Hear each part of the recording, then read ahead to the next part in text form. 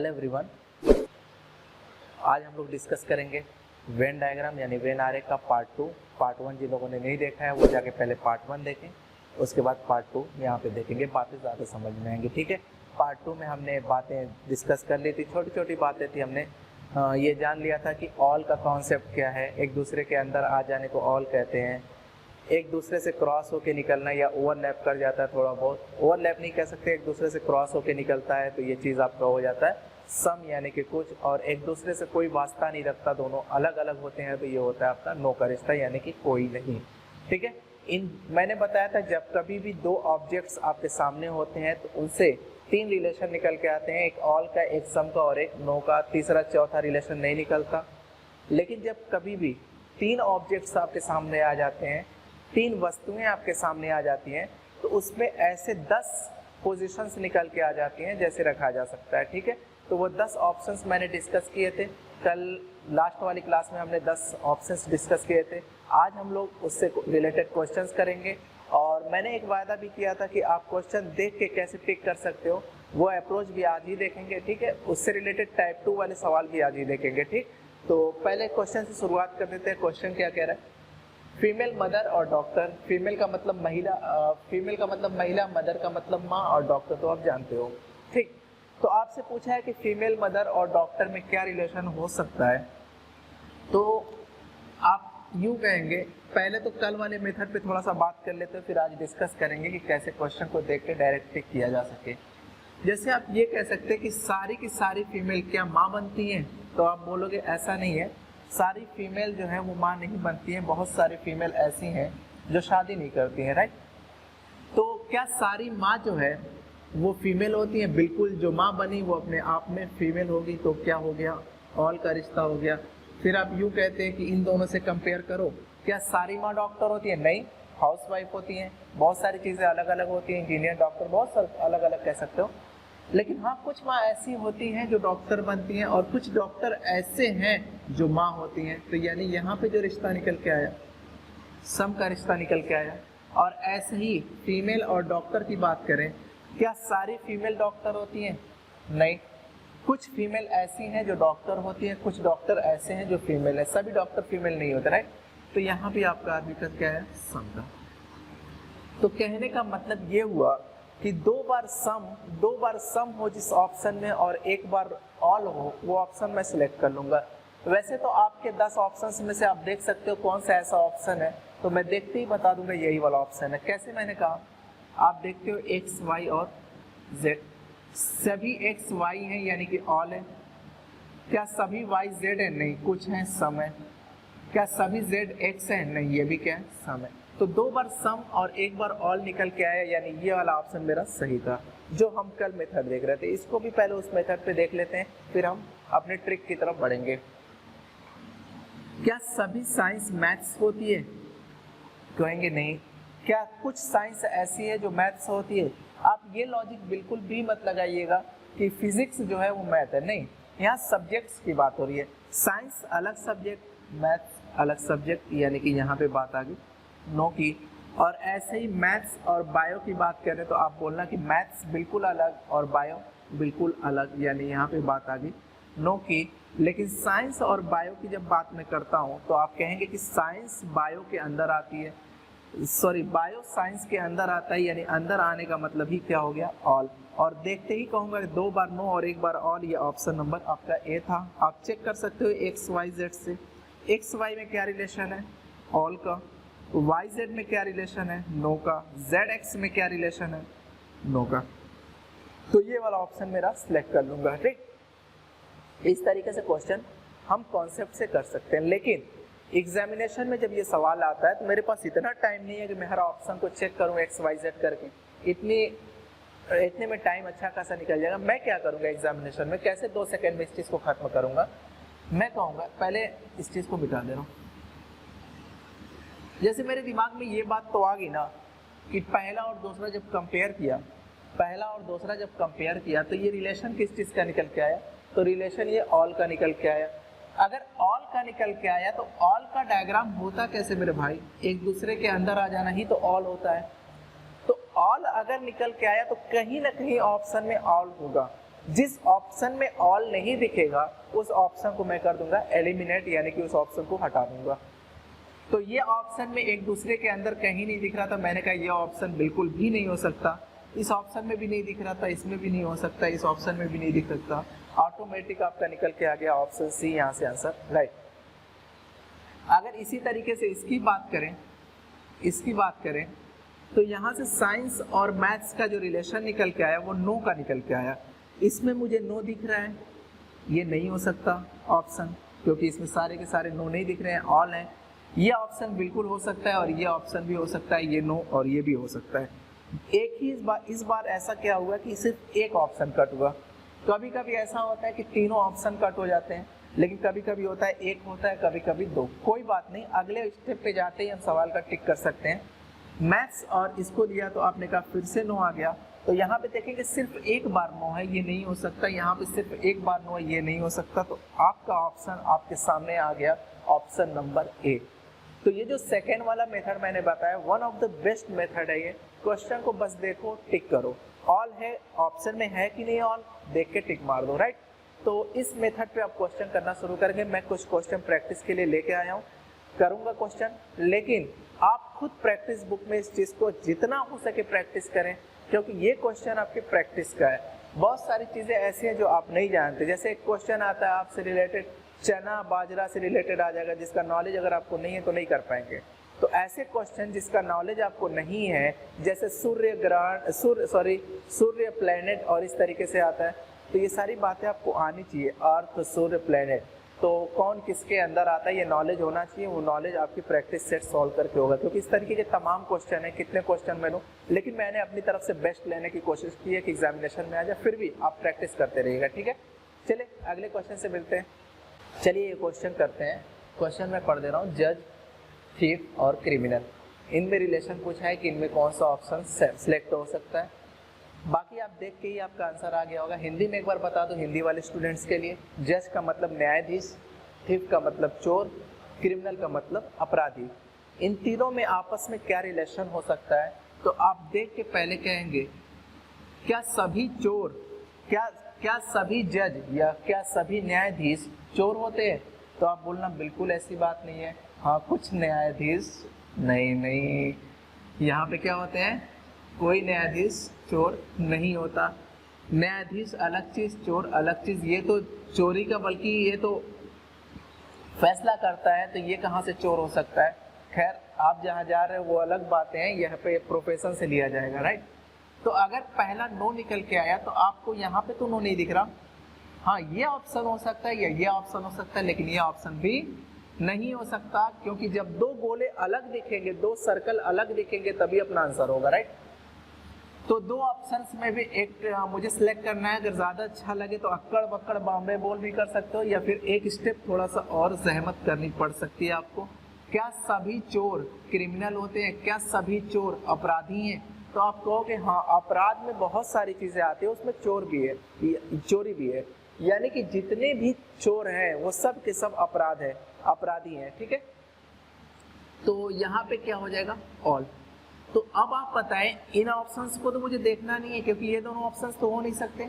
अब इन दोनों ऑप्शंस में मुझे ये देखना है कि किसमें ऑल है। जिसमें ऑल होगा वो अपना आंसर हो जाएगा, इसमें नहीं है तो ऑटोमेटिक एक ही आंसर बचा, जो ऑप्शन नंबर सी था। उम्मीद करते हैं ये आप मुझसे पहले ये करके बैठ चुके रहे होंगे, ठीक है। अगला क्वेश्चन देख लेते हैं।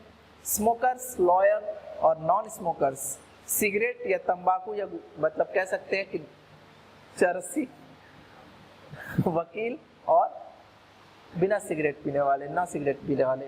तो आप जरा बताओ, क्या सभी स्मोकर्स ऐसे होते हैं जो लॉयर बन जाते हैं? अगर मैं ऐसा कहूँ कि हाँ सभी स्मोकर्स ऐसे होते हैं जो लॉयर बन जाते हैं, आप तो तुरंत घर पे जाके पीने लगोगे कि अरे सर जी बोले हम तो वकील बनेंगे अब सिगरेट पी के। नहीं, क्या सभी स्मोकर लॉयर होते? नहीं, ऐसा नहीं है। लेकिन कुछ स्मोकर्स ऐसे हैं जो उसमें लॉयर होते हैं, जो उसमें वकील होते हैं। तो यहाँ पे बात रही किसकी, सम की। क्या यहाँ पे आपको सम दिखा? सम का मतलब एक दूसरे से क्रॉस हो जाना। यहाँ भी ऐसा कुछ मुझे नजर नहीं आया। हाँ, इन दो ऑप्शंस पे मुझे नजर आया। अब ये देखना है इन दोनों ऑप्शंस में कौन से सही हो सकते हैं। क्या सभी लॉयर ऐसे हैं जो सिगरेट न पीते हो?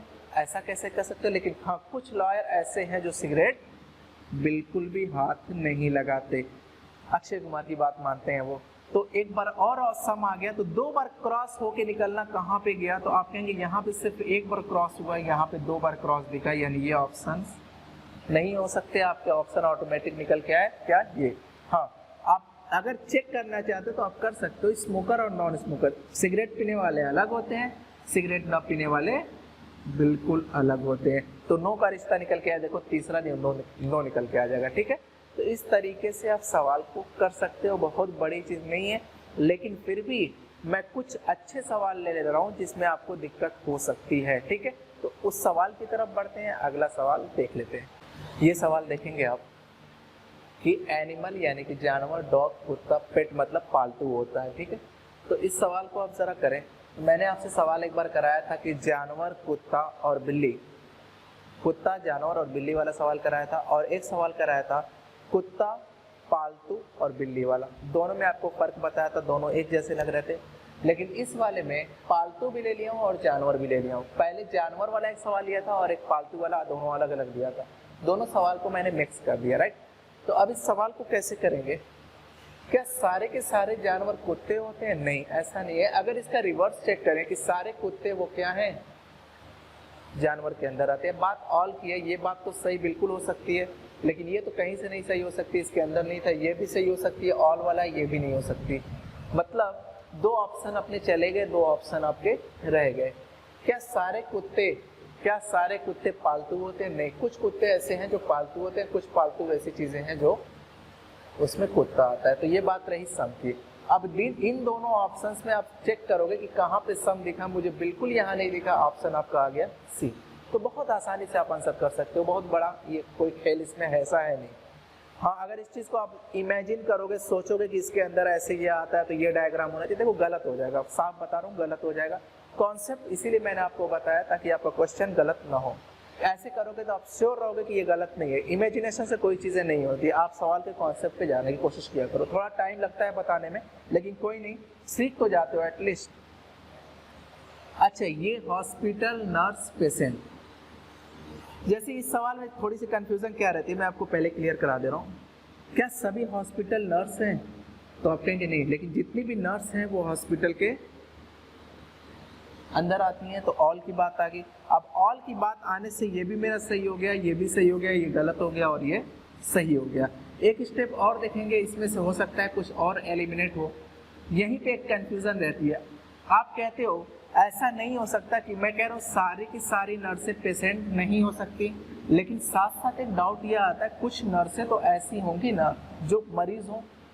बात तो बिल्कुल ठीक है, कुछ नर्सें ऐसी होंगी जो बिल्कुल मरीज हो सकती हैं, या कुछ मरीज ऐसे हैं जो उसमें से नर्स हो सकती हैं। ऐसा तो कहीं लिख के नहीं आया है ना कि नर्स बीमार नहीं पड़ती या नर्स को कुछ नहीं हो सकता। बिल्कुल हो सकता है, वो भी हॉस्पिटल में रह सकती हैं, वो भी अपना पेशेंट बन के रह सकती हैं। लेकिन वेन डायग्राम का क्वेश्चन करते समय प्रोफेशन का खास ध्यान रखना चाहिए। जैसे कुछ एग्जाम्पल्स मैं दिखा दे रहा हूँ आपको। जैसे टीचर, क्लास।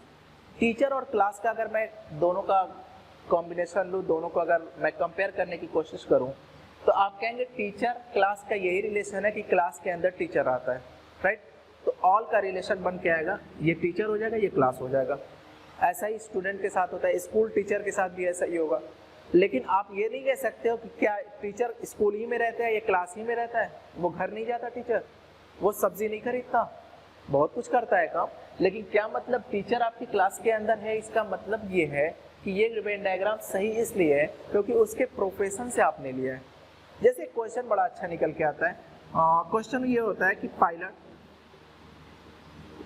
पायलट और प्लेन मतलब जहाज और स्काई, ये क्वेश्चन एक बन के आता है।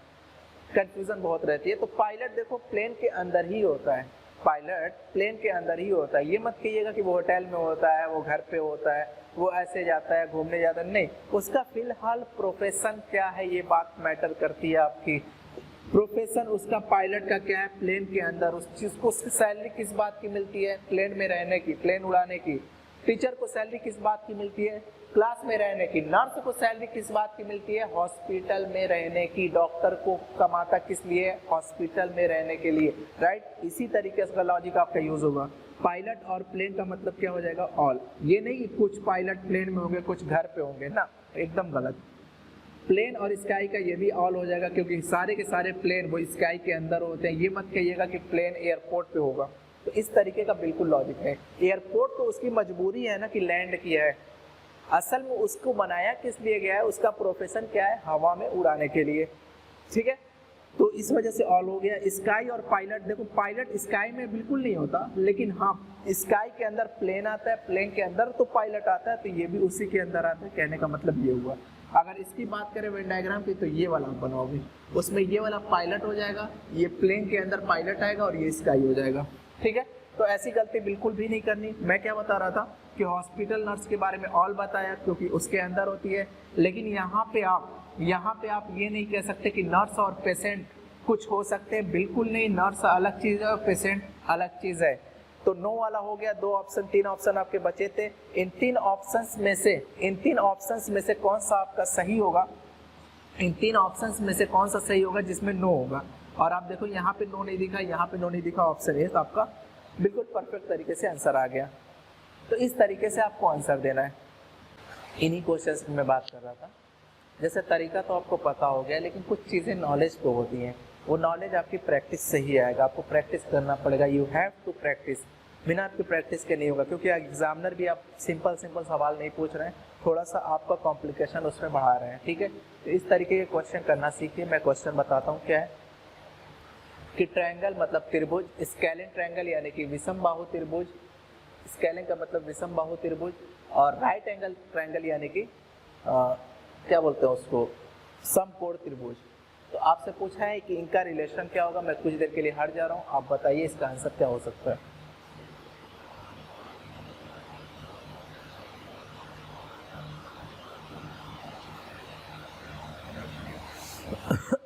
बताएं इसका आंसर क्या हो सकता है। आप ट्राई मार चुके होंगे इस चीज़ के लिए। जैसे ट्रायंगल और स्केलिन ट्रायंगल की बात करें, अगर त्रिभुज और विषम बाहु त्रिभुज की बात करें, तो त्रिभुज और विषम बाहु त्रिभुज आप कहेंगे जितने भी विषम बाहु त्रिभुज हैं वो त्रिभुज ही के अंदर तो आते हैं। बात क्या हो गई ऑल की। ये भी ऑप्शन सही, ये भी ऑप्शन सही, ये भी ऑप्शन सही, ये भी ऑप्शन सही। आप देख रहे हो क्या हो रहा है। और स्केलिन ट्रायंगल और राइट एंगल ट्रायंगल की बात करें, ये बहुत इंपॉर्टेंट है। ये दोनों आपका रिलेशन आपको पता होना ही चाहिए। जैसे स्केलिन ट्रायंगल क्या होता है? विषम बाहु त्रिभुज। विषम बाहु त्रिभुज क्या होता है आपको पता है? जिसकी तीनों भुजाएं अलग अलग हो, ठीक है। तीनों भुजाएं अलग का मतलब कुछ ऐसा ट्रायंगल हो। मैं मान ले रहा हूँ कुछ ऐसा ट्रायंगल है, ये 3 सेंटीमीटर है, ये 8 सेंटीमीटर है और ये 7 सेंटीमीटर है। इस तरीके की ट्रायंगल को विषम बाहु त्रिभुज कहते हैं। तो आप जरा बताओ राइट एंगल ट्रायंगल किसको कहते हैं? तो आप कहेंगे बस एक आपका कोण 90 डिग्री होना चाहिए, ये राइट एंगल ट्रायंगल है। अगर राइट एंगल ट्रायंगल की बात करें तो इसमें भी तो ये 3 होता है, ये 4 होता है और ये 5 होता है, या फिर 5, 12, 13, 8, 15, 17, 7, 24, 25 इस तरीके का होता है। तो ये भी तो सब अलग अलग है, यानी कि ये भी तो एक स्केलिन ट्रायंगल की ही बात है। ये भी तो एक स्केलिन ट्रायंगल में ही आता है, यानी कि सारे के सारे राइट एंगल ट्रायंगल आपके स्केलिन ट्रायंगल के अंदर आते हैं। और अंदर आने की बात से ये क्या हो गया? ऑल हो गया। 2 बार ऑल कहाँ पे आया? यहाँ पे तो मुझे बिल्कुल नजर नहीं आया, यहाँ पे भी मुझे नजर नहीं आया, लेकिन आप देखेंगे इसमें 2 बार ऑल दिख रहा है। ये 2 बार ऑल, 2 बार ऑल यहाँ पे दिख रहा है, इस ऑप्शन और इस ऑप्शन में। देखो इसको मुझे पूरा करने की जरूरत पड़ गई। फिर ट्रायंगल और राइट एंगल ट्रायंगल की बात करें तो राइट एंगल ट्रायंगल ट्रायंगल के अंदर ही आएगा। एक बार और ऑल हो गया, यानी ये ऑप्शन नहीं हो सकता, ये हो गया। देख रहे हैं कितना कॉम्प्लिकेशन आ रहा है क्वेश्चन में। तो आप इस तरीके के क्वेश्चन की प्रैक्टिस करिए। रोम्बस, क्वाड्रिलेटरल और पॉलीगन। रोम्बस की बात करें तो समचतुर्भुज, और क्वाड्रिलेटरल की बात करें तो चतुर्भुज, और पॉलीगन की बात करें तो बहुभुज। तो आपको पता है कि बहुभुज के अंदर आपका क्या आएगा? बहुभुज के अंदर आपका आएगा क्वाड्रिलेटरल। बहुभुज के अंदर क्या आएगा? क्वाड्रिलेटरल। यानी कि बहुभुज के अंदर क्वाड्रिलेटरल आता है और क्वाड्रिलेटरल के अंदर रोम्बस आता है। ये बातें समझ रहे हो आप? तो एक दूसरे के अंदर आने का मतलब सीधा सीधा आपको ऑप्शन ये टिक करना था, कुछ ज़्यादा सोचना नहीं था।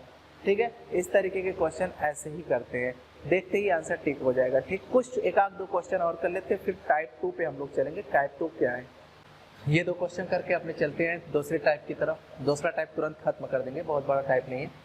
सन और प्लेनेट की बात करें, सन और प्लेनेट की बात करें तो प्लेनेट के अंदर सन नहीं आता, सन अलग चीज़ है और प्लेनेट अलग चीज़ है। लेकिन अर्थ और प्लेनेट की बात करें तो अर्थ है एक, प्लेनेट है। तो इस तरीके से मुझे देखने में आ गया ये नो है, ये ऑल है, तो एक बार नो चाहिए, एक बार ऑल चाहिए। यहाँ पे नो वाला कुछ ऐसा खेल नहीं था, यहाँ भी नो वाला ऐसा कुछ खेल नहीं था। यहाँ पे नो है लेकिन ऑल नहीं है, लेकिन यहाँ पे नो और ऑल दोनों दिख रहा, यानी ऑप्शन टिक कर सकता हूँ इस तरीके से देख के। प्लेनेट का मतलब होता है ग्रह, ठीक है। अर्थ का मतलब पृथ्वी। सिटीजन्स, एजुकेटेड और मैन। सिटीजन्स मतलब नागरिक, एजुकेटेड मतलब शिक्षित और मैन मतलब व्यक्ति। इनमें आपस में क्या रिलेशन है? क्या सभी सिटीजन शिक्षित होते हैं? ऐसा नहीं है, लेकिन जितने भी शिक्षित हैं वो सब सिटीजन्स के अंदर आते हैं। अशिक्षित भी सिटीजन के अंदर आते हैं, तो शिक्षित भी आते हैं। तो बात क्या हुई यहाँ पे ऑल की? ऑल यहाँ पे दिखा, ये ऑप्शन हो सकता है, ये हो सकता है, ये नहीं हो सकता और ये भी नहीं हो सकता। एजुकेटेड क्या सिर्फ आदमी होते? नहीं, सारे एजुकेटेड आदमी ही नहीं होते और सारे आदमी एजुकेटेड नहीं होते, लेकिन कुछ एजुकेटेड ऐसे हैं जो आदमी होते हैं, कुछ आदमी ऐसे हैं जो, तो बात हो गई सम की। तो आपके ऑप्शन 2 थे, इसमें से सम कहाँ दिखा? तो आप बोलेंगे यहाँ तो नहीं दिखा, तो ऑटोमेटिक आंसर क्या आ गया? डी। तो इस तरीके से क्वेश्चन को करिएगा। चलिए अब चलते हैं अपने टाइप 2 की तरफ। टाइप 2 वाला सवाल क्या है पहले उसको देख लेते हैं। ठीक, जो टाइप 2 हम लोग पढ़ने जा रहे हैं, इसमें वेन डायग्राम का जो रीजनिंग से रिलेटेड सवाल आते हैं वो बहुत ही बेसिक से क्वेश्चंस आते हैं, बहुत ही बेसिक से क्वेश्चन। लेकिन अगर इसके वेन डायग्राम के अगर मैथ्स की बात करें तो उसमें अच्छे लेवल के सवाल आते हैं। तो अभी रीजनिंग वाला है पार्ट, तो रीजनिंग वाला बहुत इजी देखेंगे जो क्वेश्चन एग्जामिनेशन में आते हैं। लेकिन जब मैथ्स वाला होगा तो वो अच्छे लेवल पे देखेंगे। हम आज अच्छे लेवल वाला नहीं कराएंगे, अच्छे लेवल वाला आप परसेंटेज का वेट करें। उम्मीद करते हैं अगला चैप्टर आपका परसेंटेज ही मिले। खैर, सवाल किस तरीके का होता है मैं आपको बता दूं।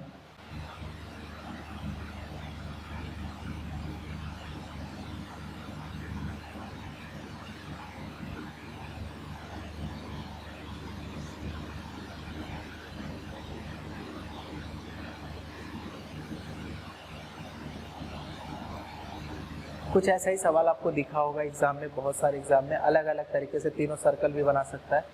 मैं ऐसा मान ले रहा हूँ ये लोग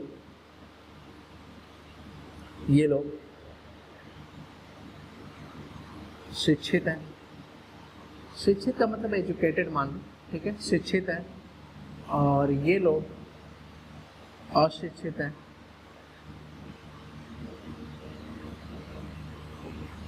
और ये क्या है? ये मान लो आदमी है। 3 बना लिया। लेकिन एग्जाम में हो सकता है आपका ऐसे लिख के ना दे, वो एक पैराग्राफ लिख देगा और कहेगा कि सर्कल वाला जो है शिक्षित है और ट्रायंगल वाला अशिक्षित है और जो आयत है वो आपके उससे रिलेटेड है, आदमी से। तो आपको लिखना पड़ेगा अगर पेपर है तो, अगर पेपर नहीं है तो आप माइंड में ये बातें रख सकते हैं। अब आपसे कुछ इसमें जैसे कैसे होता है, अगर मान लेता हूँ इसको 15 इजी वैल्यू मान लेता हूँ ताकि कोई खास दिक्कत ना हो। और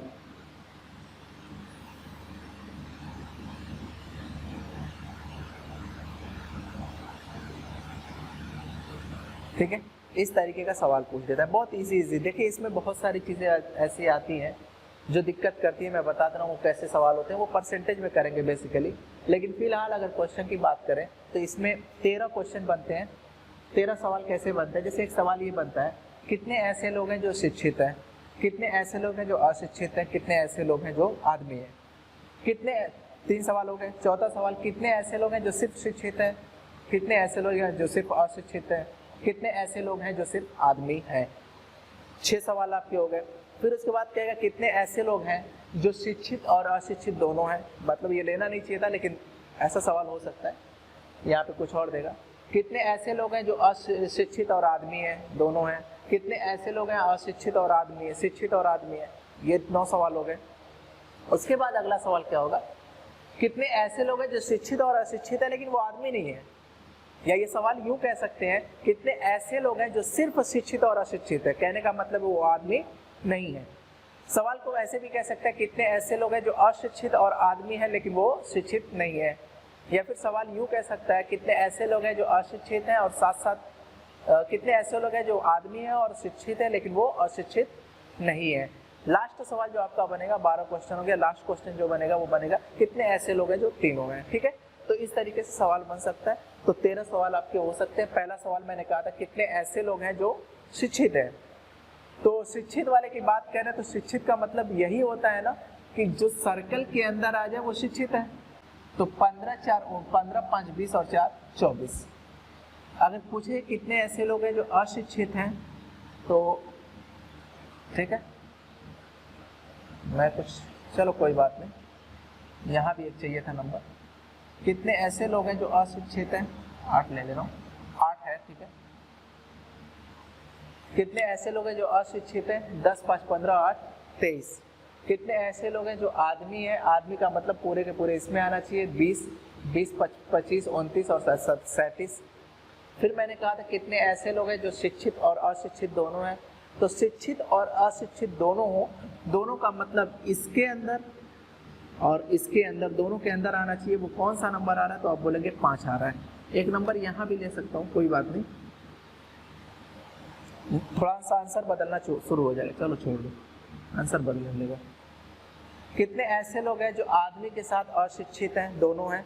तो आप कहेंगे जो दोनों हैं का मतलब, ये दोनों का मतलब एक इसके अंदर आना चाहिए और एक इसके अंदर आना चाहिए। राइट, क्या कर रहा हूँ, एक इसके अंदर आना चाहिए। ठीक है, तो इन दोनों के अंदर कौन सा है, तो आप बोलेंगे 8 है। अच्छा, 8 के साथ साथ क्या 15 ले सकते हैं, तो आप बोलेंगे बिल्कुल ले सकते हैं। 8 और 5 13 हो जाएगा, क्योंकि वो अशिक्षित भी है और आदमी भी है। लेकिन कितने ऐसे हैं जो आदमी हैं और शिक्षित हैं, आदमी के साथ साथ शिक्षित का होना देखो, तो आप कहेंगे कि आदमी का मतलब ये हो जाएगा, शिक्षित का मतलब ये हो जाएगा। कौन कौन लोग हैं, 5 और 4 मिला के 9।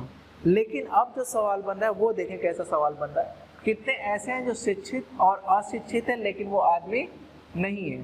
तो आप कहेंगे शिक्षित भी होना चाहिए, अशिक्षित भी होना चाहिए, तो उसमें तो 5 दिख रहे हैं, लेकिन कह रहा है आदमी नहीं है, यानी इसमें नहीं आना चाहिए। तो ऐसा नहीं है जो आदमी शिक्षित और अशिक्षित हो लेकिन आदमी ना हो, तो यहाँ पे आंसर क्या हो जाएगा, 0।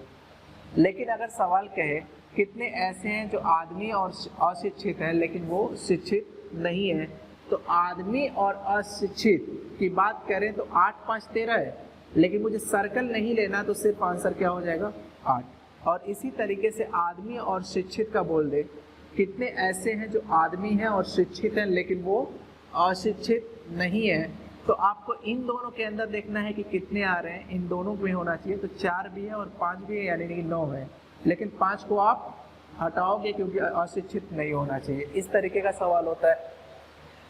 और मैंने बताया था क्या सवाल होगा, एक ऐसा सवाल होगा जो ये कहेगा कितने ऐसे लोग हैं जो तीनों के तीनों हैं, तो वो आपके एकदम बीच में आंसर आएगा जो सब में आ रहा है। ठीक है, तो ऐसे 5 लोग हैं जो तीनों हैं। तो इस तरीके का बहुत बेसिक सा क्वेश्चन होता है। बहुत बड़ी बात ऐसे क्वेश्चन में बिल्कुल भी नहीं होती। तो ऐसा क्वेश्चन जब भी आता है आप आराम से कर सकते हैं। उम्मीद करते हैं ये सारी बातें आपको समझ में आ गई होगी वेन डायग्राम से रिलेटेड। लेकिन अगर वेन डायग्राम में अगर आपको अभी भी किसी तरीके का डाउट है, किसी भी तरीके का अगर आपको डाउट हो, तो आप कमेंट सेक्शन में बिल्कुल डाल सकते हो, आप टेलीग्राम चैनल पे डाल सकते हो, कोई दिक्कत नहीं, मैं सारी चीज़ें बताने की कोशिश करूँगा। ठीक है, तो आप पढ़ते रहिए बस इसी उत्साह और उमंग के साथ। आज के लिए इतना ही, चले, बहुत बहुत शुक्रिया आपका।